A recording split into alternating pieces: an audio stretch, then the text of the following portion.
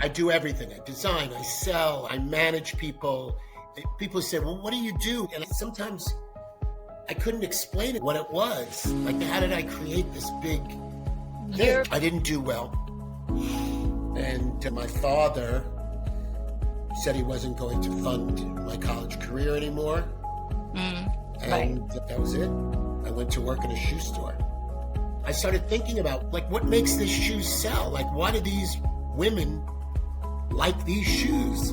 What is it about the shoe that it's so hot? And that's been the foundation of my business. You went to prison in 2002 for securities fraud. Did you think your life was over, or were you just resigned to, okay, I just have to do this? There's a span where it goes, my life's over. And then you realize that it's not over and that people get second chances. What were you most worried about when you went? I wanted to have kids. Welcome to Wham Bam Thank You Pam. I'm your host, Pam Gaslow, writer, former stand-up comedian, and mastermind behind the 50-year plan to success. I also learned the hard way that you don't bring your vibrator to rehab, and wrote a book about it. Here we have bold, unfiltered conversations about sex, relationships, personal lives, and pop culture with a sharp, sexy, and comedic edge. Wham Bam Thank You Pam is the wildly entertaining, no-holds-barred discussion you didn't know you needed.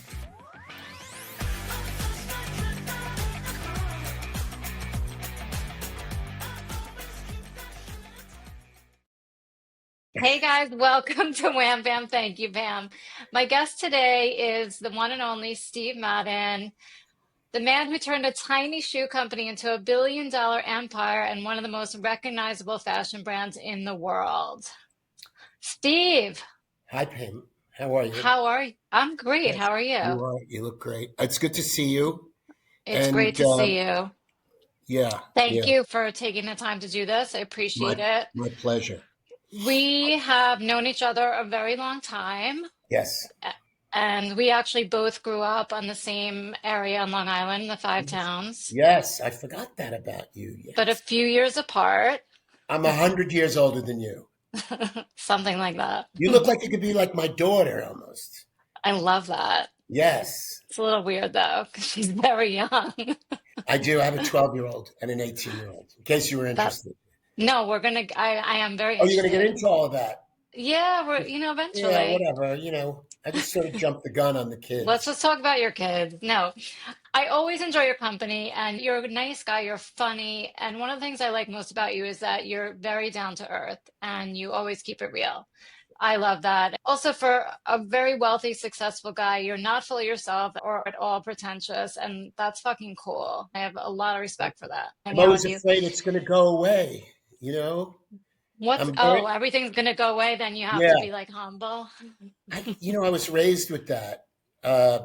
Sort of like, don't get too cocky. He was great. And then he bought a mansion and everything went away. One of those kind of things. Yeah. Like, that's sort of the way I was raised. Between my parents and my grandparents had a big impact on me. So how were you raised? Were you like middle class? How did you grow up? So, and what was your childhood like? Well, I'll tell you, number one, my parents were a lot older than me. When you say a lot older, how old were they? Well, my father was like 50 when he had me, or late 40s or something. And that's interesting for that time. It was unheard of. My father was always the oldest father of my friends, And what about your mom? Was she much younger, or? She was about 36 when she had me. And which was very old then. Yeah. Very, very old. And they came through the Depression, which was sort of like started in like 1930 and ended in pretty much was all of the 30s. World War II sort of ended the Depression, but and it was precipitated by the stock market crash of 1929. Just to give you a few facts in here. Right. And everybody from that time is dead. So there's nobody around that could tell us about it. So my mom was born and lived in a big house in Woodmere. And then really? And then the Depression hit. Woodmere is one of our fancy towns that we're from. And when the Depression hit, they lost their house and had to move back to Far Rockaway, which is Queens. My dad grew up in Far Rockaway. So I had this thing in my house that, everything was going to go away and you had to kind of just be careful and not get ahead Right. of yourself and not be cocky and things like that. So it scarred me, frankly, you know. Oh, I'm sure. Uh, and also, I want to say that it helped me in business because I was very careful, very conservative in so many areas. You wouldn't believe it by looking at me, but I was a very, very conservative businessman, crazy about inventory, always thought that I was going to go out of business, and I'm still here. That's very Jewish of you, but you're not Jewish, right? Or Well, are you half actually, Jewish? I'm half Jewish. My mom That's that's the was Jewish Jewish. part of you. Yeah, my mom was Jewish, and my dad was Irish Right. from another part of the Five Towns called Inwood, which Yes. you know Inwood, right? Of course you know Of Inwood. course. Yeah, which is sort of like the blue collar part of this wealthy Jewish neighborhood. And Right, so it's right. kind of a weird thing that my dad ended up with this Jewish girl. And so I have a lot of currents going through me. I feel you. And what kind of kid were you? Because I watched your documentary. You were kind of bad. Am I wrong? Well, I don't know if I would use the word bad, but I would say that I was, I had attention deficit disorder. Didn't know it then. I couldn't sit still and my mind was going a million miles an hour. Mm, And so they did not have, or I didn't know that of it, things like Adderall and all that focus yeah. stuff, which of course I would have been a candidate for. So I was a bit of a wild kid. And But also, um, one thing that I did do, which is not on brand really, is I was a voracious reader. So there's like two kids, this wild, sloppy, crazy kid, and then there's this like closet reader. And right. in fact, I read your book, Did you really? and yeah, I did the Oh, vibrator one. yeah. Yeah, but yeah, I did. I read it. I read every page, and so I And are you going to was. say something about it? Oh, I enjoyed it.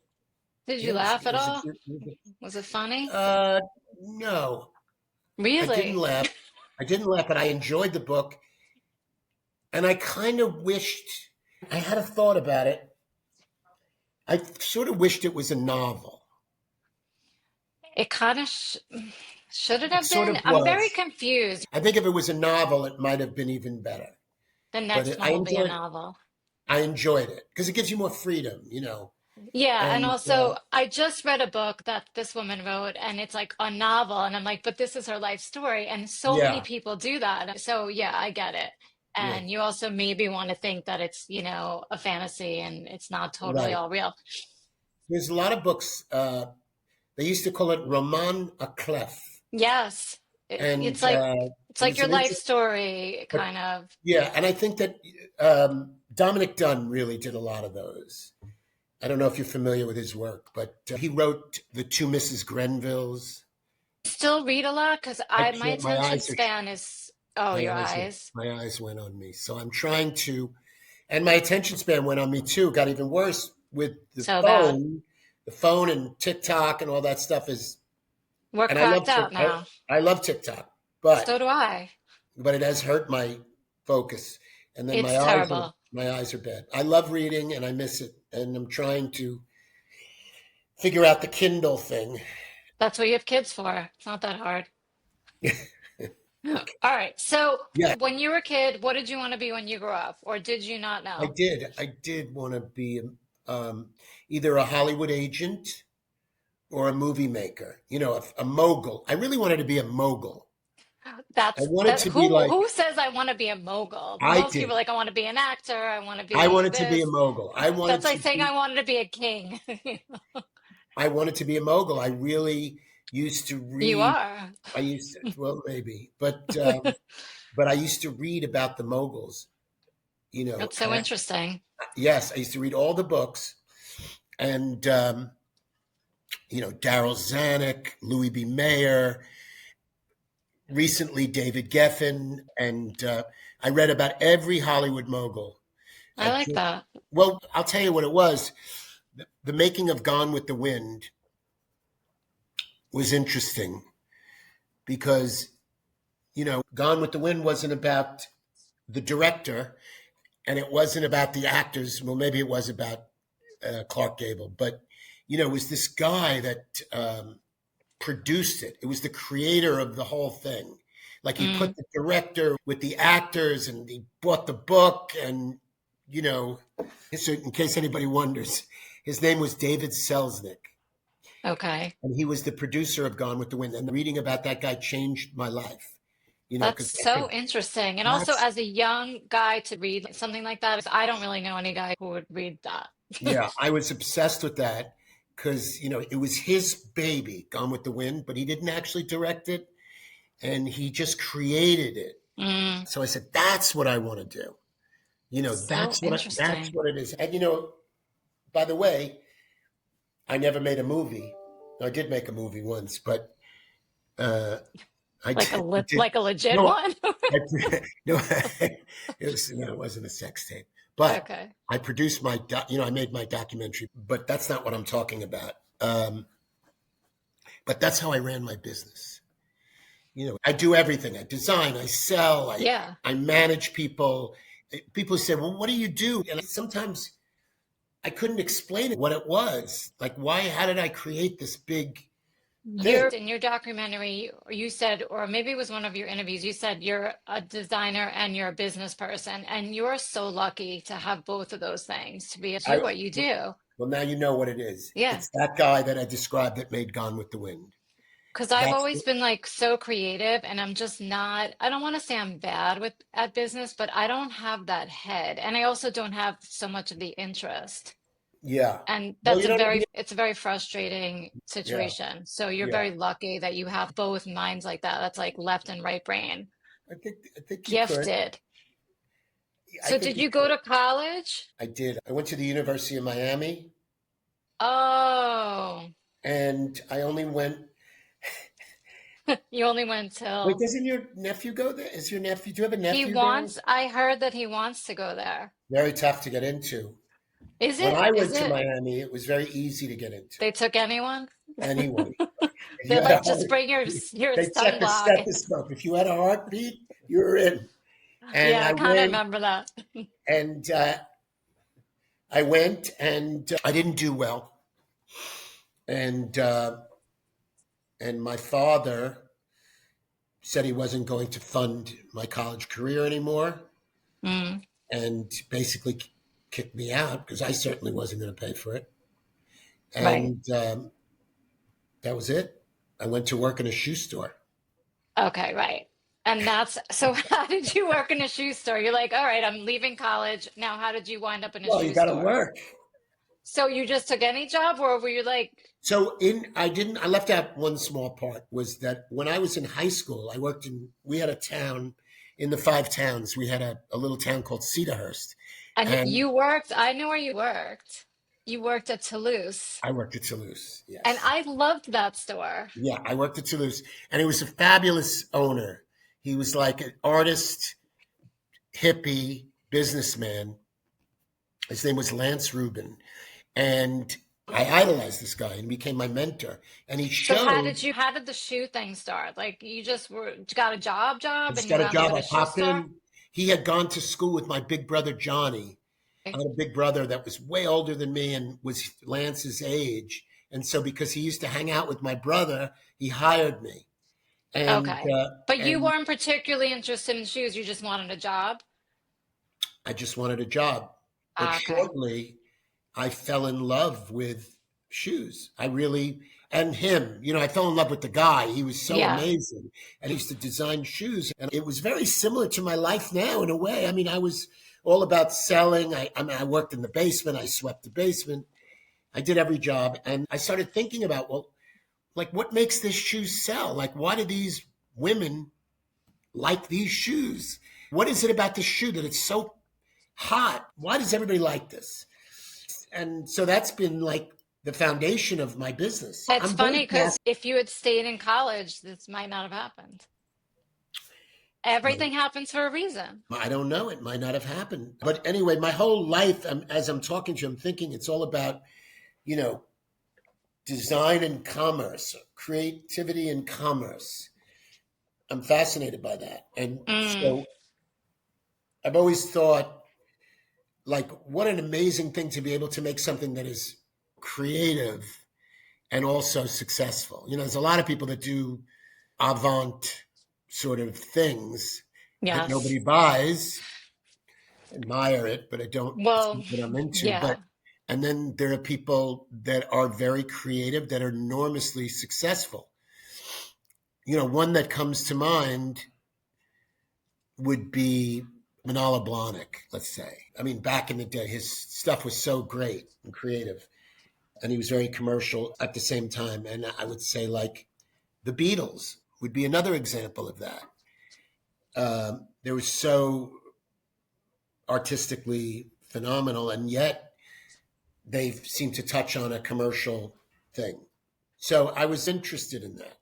You know, I've done so many creative things, and I used to make art, and art is a really hard thing to sell because nobody needs it. You know, people might want it, but Right. shoes are like, people need shoes. So, you know, that's, and People then, need shoes. yeah. We also So, need how did, we also need art. do you need some art? I have some. Do I love you? it. You know, I love it. And So you we're always went looking. from Toulouse, and then you worked at Gildor, which is another very well-known store in Fantastic Cedarhurst store, that we yeah. grew up with. So how did you go from the shoe stores to going out on your own? I worked for a shoe company in the 80s, all of the 80s. I started at 22. I started selling shoes, and I learned all the different jobs, design, factory stuff. I worked there about 8 years. And when I was like 30, 31, I went into my own business. I just wanted to be the last word, you know? I wanted to be the boss. Yeah. When I was a kid, we played pickup football, and I always wanted to be the quarterback because I wanted to call the plays, you know? And I had a terrible arm, but I made myself quarterback because I wanted to, you know. So Right. I don't know And how they put now up with me. you've been designing and selling shoes for over 3 decades. And what Yeah. is you have something like 4,200 employees. What does that even feel like now? Like when you think about where you started, and did you ever think it would become this ginormous? No, I did not. I didn't. Mm. I didn't really think, and I was so lucky, you know, I had so many lucky breaks, but I had, this is going to sound cringy. I don't want it to sound cringy because you're my friend, but I had a North Star, and that was product. It was like, at the end of the day, no matter what you do, you got to make shoes that sell. And then you got to make a profit. But Right. before that, you had to make stuff that people wanted to buy. And that Mhm. is sort of like the North Star of the company it is today. Was there a point when you knew you'd made it? Oh God, I don't think it's happened yet. No, come on. Well, you know, I get stopped in the supermarket now.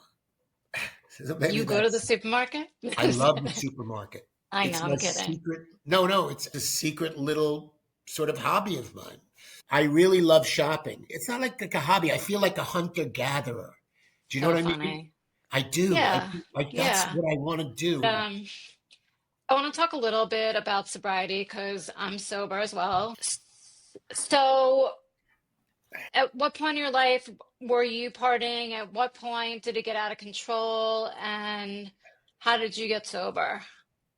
I'm curious when you were partying, was that before you started your own business? So it was interesting that you said that because I sort of started my own business and I got sober all sort of at the same time, Okay, I which was was wondering interesting. about that. I'm You like, know, you have to be sober, well, to yeah, do no, something it's that's true. In my successful. Yeah. 20s, I was out of it, you know, working. I was very good at shoes, but I used to get stoned every day, really high, and I was so out of control.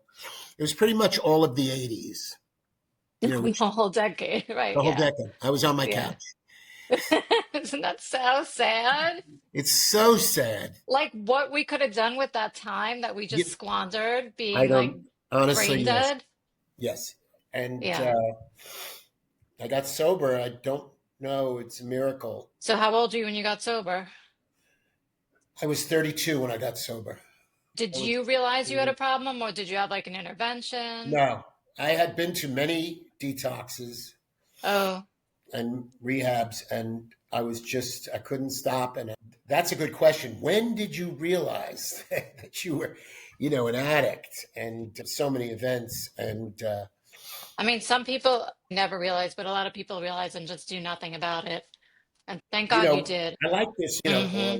or, that, oh my God, I could get sober. I could do this,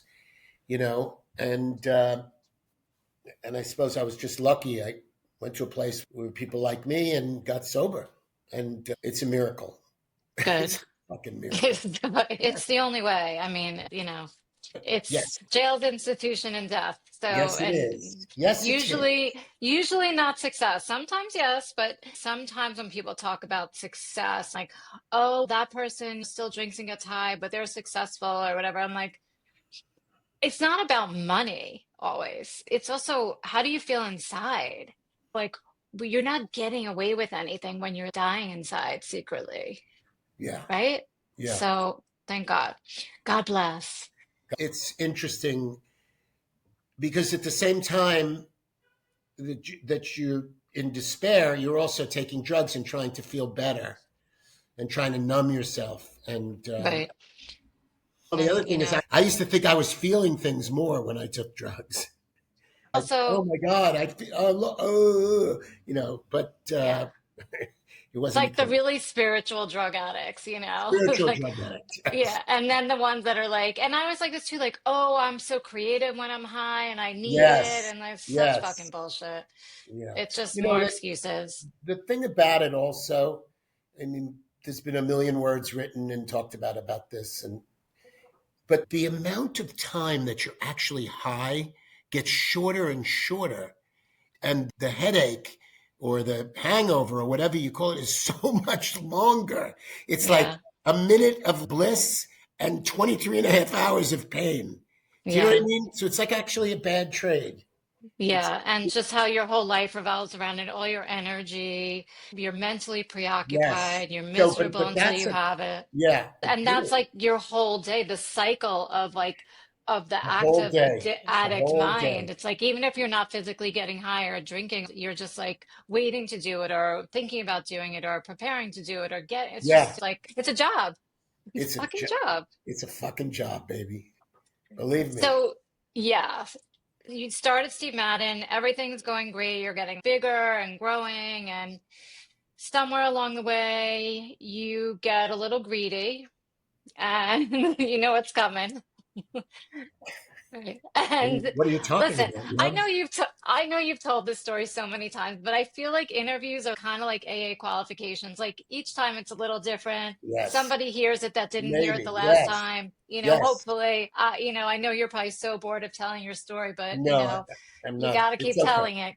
You No, don't have a choice. it's part of the But job. anyway, so you got involved with the guys at Stratton Oakmont and you did Right. some shady things and some insider trading and whatever stock manipulation, I guess, kind of Bingo. thing. Yes, that's it. Yeah, oh, I sound so smart. Which was famously depicted in the movie The Wolf of Wall Street, which I actually saw because I've seen about 10 movies in my whole life. And it was only because a guy took me on a date whenever Did that you movie like the came out. movie? Yeah, I did. And, I you became know, friendly. I became friendly with the guy that played me. I was going to ask you, how did you feel about how they depicted you in I that thought it was movie? great. You He was did? the guy that played me so much more handsome than me.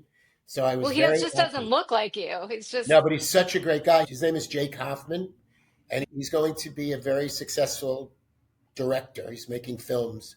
He's oh, not acting cool. anymore, but he's a great guy. And we became friendly. And apparently, Martin Scorsese would not let us meet. He wanted to meet me, apparently, and he didn't want him to meet me and skew the character or whatever. Right. But And he was like a little dorky. You're yeah, not well, I'm dorky a like little that. dorky. You just think I'm cool, honey. I don't think you're dorky. Okay. Well, he did play me a little dorky, which I liked. which I Right. kind of Like he like. didn't look like you. He didn't act like you. I'm like, how is this Steve? It's like Yeah. not Steve. So, all right. But So anyway, yes, I got and involved with did the you? boys. I'll tell you, Yeah, give it to you here. They raised money for my company, which was a legitimate thing, and it was the only way I could raise money was with these guys. And I got involved with some of their shenanigans, and I was definitely guilty. And basically, they would buy stocks in companies, and I would hold the stock for them, and they would buy it back from me at a price, and that was the crime. And I was so focused on raising money for my company because I had no place to go, and so I got in trouble, and I was greedy and stupid. do you think you would get caught, or you weren't thinking about it? Yeah, somewhere along the line, I knew that I was cooked. Did you know the movie was being made and that you were going to Yeah, be? yeah. You did. The people from the film, they contacted me and they wanted my help with the film. And how did you feel about that? No, Well, it's weird because it's like, it oh, was it's kind weird. of cool, but it's They like want. kind of bad. Was worried how I would look. I didn't have Right. children now, many years later, and so. But it was okay. It was a good experience. The prison wasn't a good experience, but the Right. I want to film talk was. The about film. that. We could talk about anything you want. I don't No, care. I know. But We the film will. was an interesting experience. They filmed in my store, so they're filming in 2012. I don't remember when they were filming, but they were trying to pretend it was 1993 in my store. That's funny. And so, because it was when I opened, and Right. it was really an interesting for me to be a part of a Hollywood film, and I'm in my store that I built. It was just really, That's like surreal. Yeah. that was really surreal. It really was. I've had a So very interesting journey here. you have, so you went to prison in 2002 for securities fraud. Yeah. And what did that feel like when you got sentenced? Did you think your life was over, or were you just resigned to like, okay, I just have to do this and this is how it is? Well, it goes from it's over to I just have to do this and Right. get through it. Okay. And there's a span where it goes, my life's over. And then you realize that it's not over and that people get second chances. And I was very lucky. I was lucky What like what were you most worried about when you went? I wanted to have kids. And I Mm, thought that I that's wouldn't, interesting. yeah. And then I met someone in prison, not in the prison, but somebody visiting me, and and we had kids shortly thereafter. But wait, you didn't meet her. No, She worked for you, yes, but we connected in the prison, and which is interesting. So did you ever have anything before that with her? Like, would you ever no, think about her? never, never. And so that She connected you did. guys? No, we were always close, but we were never romantic. No. And then something happened because she visited you a lot there. Yeah, she visited me. We're very close, but yeah, that was really a blessing. I had him quick. We knocked him out pretty quick. You're like, I don't have a lot of time to waste. And And I, when then I have a 12-year-old now. now you have a 12-year-old, I know. Right now. So, Yes. so I really did it late. Yeah, it's 54 or 55 when she was born. Yeah, it was crazy. Shout out to Goldie. Her name is Goldie. I met Goldie at a dinner. You did? Yes, on New Year's Eve, like 2 years Oh, ago. right. That's right. You met, Yeah, yes, New Year's Eve dinner. I she forgot was about that. sweet. She is sweet. Um, She's very sweet. yeah. Were you worried about the impact the prison term would have on your business? You know, of course I was, but they did a great job while I was away.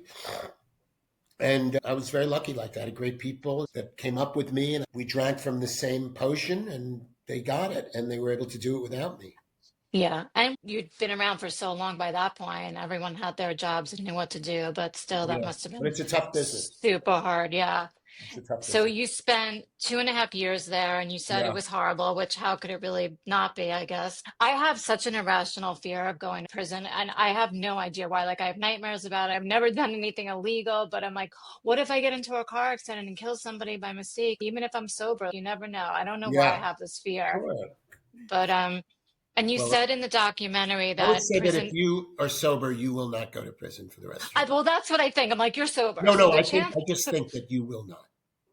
It's an most likely I irrational fear. won't. Yeah, it is. And I'm like, why Yes, do I have this? Like yes, it's an there's something irrational in my fear. past life. Like, Yes, but you said in the documentary that prison feels like death. People's lives are going on while you're sitting there. And I really felt that. I don't know why, but I think about it a lot. It's crazy. And I went to rehab twice, and even that feels a little bit like prison it is a little bit like incarceration, but because of it's course in like prison, you don't have food, you you don't. can't leave. It's really tough. Yeah. It's so No, I bad. know. I'm not comparing it, but No, it's no, just no. I like, know. It's fine. There's all sorts of. I used to think. Look, I went to summer camp. I used to think that was prison. wait, so did I. Oh my Yes. God. I think So prison, summer camp, and rehab are similar. Are we the yeah, only people that think this? I'm the only person that didn't like sleepaway camp. Like, I yeah. I mean, hate. for me, I was so excited when the day came that we were going home. Wait, oh my God, so was I. I hated, I didn't want to go. But to me, rehab is all you feel like is I'm such a fuck up. I had to stop my life for a month to come here while everyone Right. else is living and moving forward, even Yeah. though it's not prison and, I wasn't in No, a I know what you lockdown. mean. But Yeah. Same feelings. Yeah. yeah, I read that you taught people in prison. What did you teach them? So, I thought I would get credits to get out early. Did that happen? No. But anyway, I'm glad I could, and I'm glad that people thought I could. And I was trying to talk to some of the entrepreneurs who sold cocaine and heroin that they could try to use those same tactics to sell legal things. And we talk about that. That's And amazing. How lucky for you to be able to like yeah, so we would talk do about that. that. And because they were entrepreneurs, they had little businesses, only they were selling illegal things. And they were very smart. And I enjoyed being with them. And I used to say, you're no different from me. You guys are total entrepreneurs here. You didn't walk in saying, "Don't you know who I am?" How Yeah, does that work in prison? I don't really care about that. But no, that's amazing. And for them to have the opportunity to learn from someone who's so successful and to Yeah, give them hope and second chances. yeah, And were mhm, you sober while you were there? yeah. I Did was, you speak to any of them about sobriety at all? yeah, yeah. We had meetings in prison. Yeah, we used to go. That's amazing. Yeah, it was great. It was some really great souls who brought meetings in from the outside, and Yeah. yeah, it was. And you mentored some of them and you gave one of them works for you still, a A few couple. still working for me. I love that Yeah, I have a few. because it's like I just love the gift of the second chance and forgiveness and learning and growing. And, Yeah, people make we have one that's a mistakes. really big executive in the company. Actually, this fellow Yeah. comes from the very bad projects of New Orleans. The Mm. Calio projects is really tough Yeah. in New Orleans, and he's doing really well. He's been with me now since he's been out, and he's doing great. I love that. We've had a And few other people, and it's been a good experience mostly.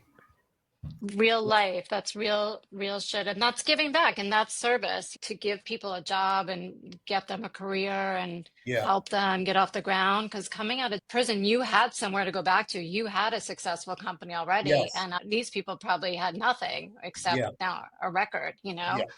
So that's wonderful. As horrible as it was to be there, what did it teach you? Well, I learned how to make flan in a microwave, so that was. I don't even know if I ever had flan, but like Oh, I it's don't so think I'd good. like it. I don't think Yeah. I don't know if I like Oh, it. you'd like it. It's great. Will you But make it for me? yes. Uh, what was the question? What's the biggest lesson you learned from that experience? I suppose whining is not helpful, you know, and that's something I learned early. I still do it. Oh, I don't want to be here. Of course, no one wants to be here. Shut the fuck up. Yeah. I mean, I think that like when you accept it and you just go, I feel like that was helpful. So you have to because what are the options? I would think just being grateful that you didn't have to stay there anymore and you had a nice place to go back to. Yeah, it was a lot of lessons, and they keep coming at you. And It was not easy. It was very painful. And, I got through it. And there's a lot of things I took from it. I mean, 2.5 years is a long time. There's a lot of It pain, is. a It lot of, is. Yeah. but Were it you changed. nervous It to come changed. back into the real No, I world? couldn't wait. Okay. I couldn't wait. I mean, you built this I empire, could you not fell wait. And hard, it you was came so back great coming back. stronger. You came back stronger. I came back stronger. And there's some pain that will never go away, but also makes you a man. And, it's just some things that I can't even explain, but learning about respect and things like that. And the business like just even soared more after you got out, correct? We exploded when I came back. Yeah, I We had a remember lot of that. energy and just attracted a lot of great people to the company. Did And you have doubts that it wouldn't when you came out? I was raring to go, filled with ideas. And I never dreamed it would get like this crazy big thing. But, I got lucky with people. Like I got the right guys and gals around me, and they You're don't very need, they don't fortunate. need me anymore. Do So, you still work a lot of hours? You still oh work as yeah, hard as I you don't work did? as many hours as I did 20 years ago, but Right. I work. I still work. Yeah. Are I you a mean, it's workaholic? no, not anymore. Okay. Well, I mean, I've thought about this a lot. I work to feed my family. That's what I do. But you work for yourself too. You love it. That's your passion. No, I mean, I love that I like what I do, but at the end of the day, I'm trying to take care of people. I'm trying to take Mm-hmm. care of my family. I mean, I got to pay attention to this asset that is yielding me so much. It's like if it was a farmland and you just have to work the land so it gives you Right. all the fruit and vegetables. It's sort of like that. And that's how I feel about it. This is a random question, but I've noticed you do a lot of designer brand knockoffs. I don't know what you call them. How do you get away with that? Um, so I want to say that we have done a lot of knockoffs, but we also Everyone knows. we also design a lot of shoes. We design Right. tons of shoes, and I would even go further and say that I'm probably the most copied brand in the world. Mm, I'm telling you, if you go to China, you'll see Steve Madden shoes throughout China, and but we do nick the odd Chanel or Gucci shoe and do a version of it or whatever. And we've done that. Those are the ones. right. And I'm not defensive about it. This is my business. I got to make shoes for my girls. So, so that's it. I mean, I would think a smaller, lesser known brand could just get away with it, and nobody's coming after them. But you're so big. I'm like, how does he do those? How does he do it? Guess you just do. Um, How many designers do you have? How many 100, shoe design? about 100. 100? What was your best selling shoe of all time? I had a little one-banded stretch shoe over a rubber platform I called the remember it. Slinky. Yeah. It was people blog about it still. It was amazing. I've had so many great shoes, but that was a transformative shoe.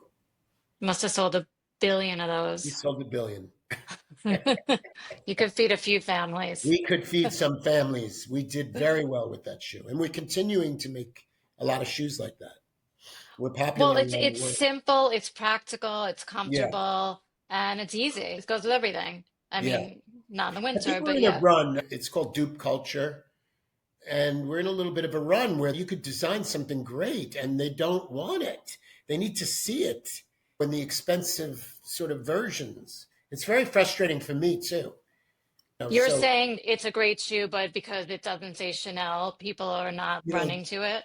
sometimes that's the case. Yes, we Fuck make. them. I mean. Yeah, no, it's the case. I mean, it's what I do for a living. Believe me, we are inspired in making shoes, but yeah, we're in a running battle with Adidas now over the any kind of stripe you put on a shoe, they go crazy. Oh, they're gonna get mad. Yeah, They're but like, we anyway, own the stripes. yeah. What's the best and worst business decisions you've ever made? Well, the worst decision I ever made was doing this podcast. But the best decision, I'm just kidding. I'm so happy to do this with you. You're so happy. I Yeah, am. I I actually am. know. Um, So, the best and the worst decision I ever made? Should I answer for you? Yeah, sure, go ahead. I could use all the Maybe help. the worst was the insider trading. I don't know. Oh, that little old thing. Right. I don't know. I'm Yes, just that throwing was, out there, but I don't know your yeah, life. yeah. It wasn't insider trading, but I kind of have a different view on not that because that was a Hmm. mistake. I like making mistakes and I like learning from the mistakes. It's like, what did I do that for? And I like studying that. I Yeah, well, like to learn. everything you learn, You everything's really learning do. You really do experience. learn. I could cite 100 examples. Um, Well, can you? I would like to hear all of them. I will. I'll tell you sometime. But I 100 actually bad don't mistakes remember. at But Steve Madden. Next no, show. there's so many, so many. Do you sleep? I don't sleep well. What do you do at night when you can't sleep? Like, are you Googling shoe ideas? No, I'm listening to podcasts. You better listen to this one. Yeah, but I don't listen to myself. I can't stand the sound of my voice. It Really? makes, I can't even tell you how much I hate it. It's And okay. I and like I it if you don't. don't. What advice would you give to a young aspiring designer? My greatest advice was we try to seek us out and get a job here. Call Steve. Call Steve.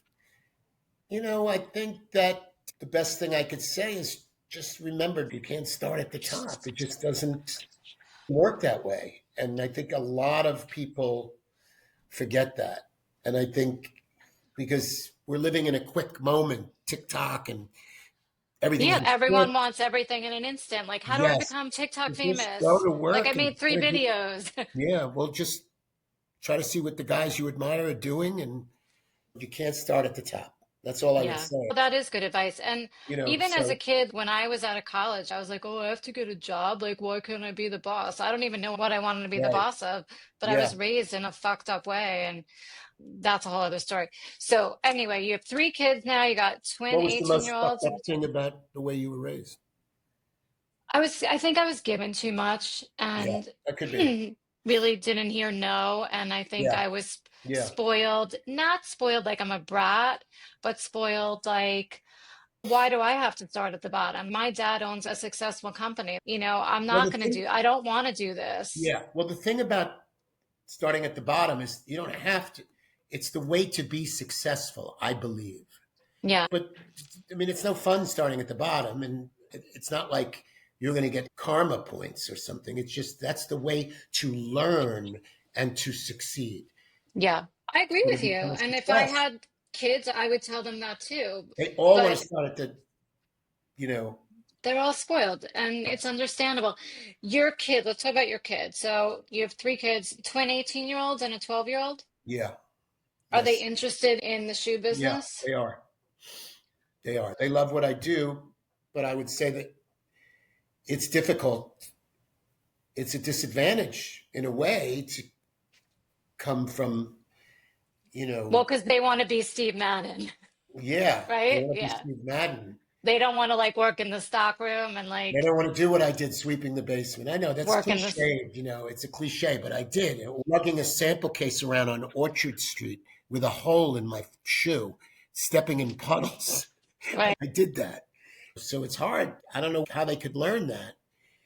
And, everybody's got their own path. I don't, they have it better than most, but still they're going to not know what it's like to have nothing. And that's a disadvantage. But it's life and it's the truth. Do you think they'll want to take over one day? I think that they'll be able to do whatever they want to do. Mm. Yeah. Will you ever retire? I think that, if I couldn't really work anymore, I'd have to retire. But I like working. I like the people I work with. And we still fight over shoes and it's still a vibe. And, I'm a very lucky guy. I really am. I have a CEO who takes care Yeah. of all the unfun stuff and he's great. And so my life is mostly filled with joy. That's amazing. Yeah. And Yeah, it is. you're lucky. I'm so impressed by you. You're so successful and you're still in there, doing everything. And Yeah. just a great example, like you said, of starting at the bottom, learning everything, and that's the way to do it. And you're not above that when you know every aspect of this business, and you have to, or else someone's gonna, Well, something's gonna yeah, happen. yeah, yeah. But I was, just you don't have to start with nothing. I mean, it's Yeah. hard for these kids, some of these kids, to really have that hunger when they're not hungry. You know what I mean? I know. I feel bad for them in a way Right. I'd be because excited though if I was like your daughter. I would want to learn. I would want to sit with the designers and I would want to hang out in the store because it's cool and fun. It's not like I some want to. boring business. Yeah, it could be cool. I know I it's think it still takes a work. special kind of individual to understand a daughter or son, to understand that they were born on third. I'm going to use an expression, so don't wince. They were born on third base, but they didn't hit a triple. Yeah. It's a little baseball analogy, No, I've heard that. Yeah. and I think that you can't make fun of nepo babies or make fun of people because they were born rich. But I think it takes a special kind of person to understand that this was just luck. And if they want to mean anything in their life, they have to know that it was just the luck of the draw that they were born into money. Yeah. There's a fellow that I'm friends with.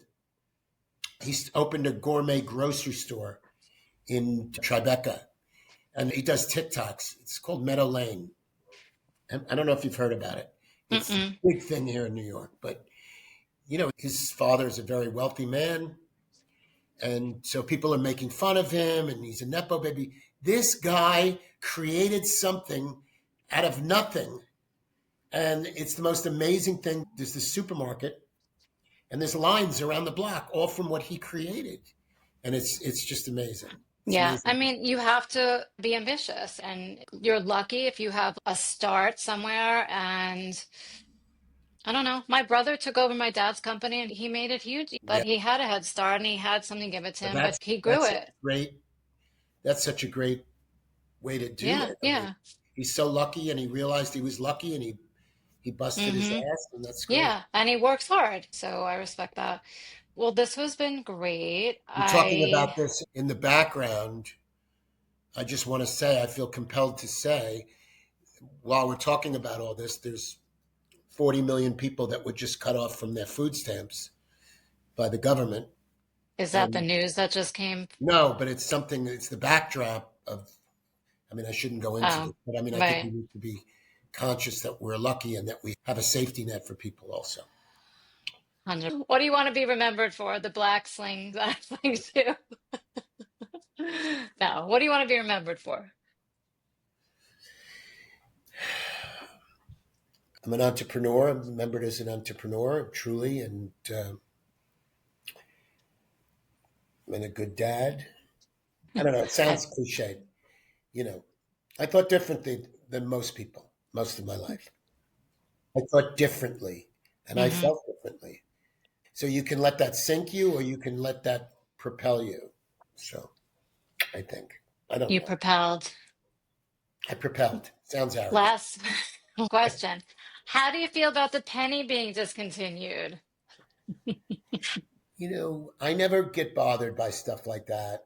It was just a joke. No, no, no. It's a good question. No, it's a very good question. I'm It mad that has it wasn't discontinued sooner. no, it has no use anymore. So why waste it? Things happen. I'm upset that some of my favorite restaurants have gone away. Things, Of everything, course, that's a whole other topic. I mean, that's why when I go or back to like New York, it's just not the same, and I don't like coming so many back. things are different. All the cute little boutiques, everything's gone, That's a everything's big shut thing. By the down. way, all the boutiques are gone. I Like, had I so don't many like friends to coming shop up. there. You had so many great stores in Miami, great little shops, great businesses. They're all gone. There's no boutiques. No I'm still upset that Fiorucci closed 30 years ago. Fiorucci. Oh God, there were so many great stores. It makes me very sad. It does. Yeah, Like there's very few left. it makes me upset to come there. But I want to say also, Yeah. while we're bemoaning things, we live in a very exciting time. The technology is amazing, and I'm never bored anymore. I mean, I could go, like, I used to die in a waiting room. I've just I lose my fucking know. mind. And now I'm just like on TikTok. We're cracked out on our Yeah, we're phones. totally cracked out. Or like Wait, even this on a is plane, like I could just like, you never have to be alone with your thoughts now. I brush my boom. teeth and I watch TikTok. Right. I'm so unwell. Yeah. It's funny. I had to get an MRI recently, Did you and bring the TikTok into the tube? you can't do that. And I was like, what am I going to do for 25 minutes face down with nothing but my thoughts? It was like torture. Yeah. I mean, I know people have real problems. I'm joking, but that's how fucked up it No, is but we now. do live in a great tech. The one thing that we don't have, I want to say, is speed of travel is still too long. You're disappointed. Yeah. I mean, it's They got still, to work on that. when I was born, it took 5 hours and 20 minutes to get to LA. It And still it takes that still long. takes 5 hours and 20 minutes to get to LA. Tragic. For a moment, we had the Concorde, and it was 3 hours, 10 minutes to go to London from New York. And it was great.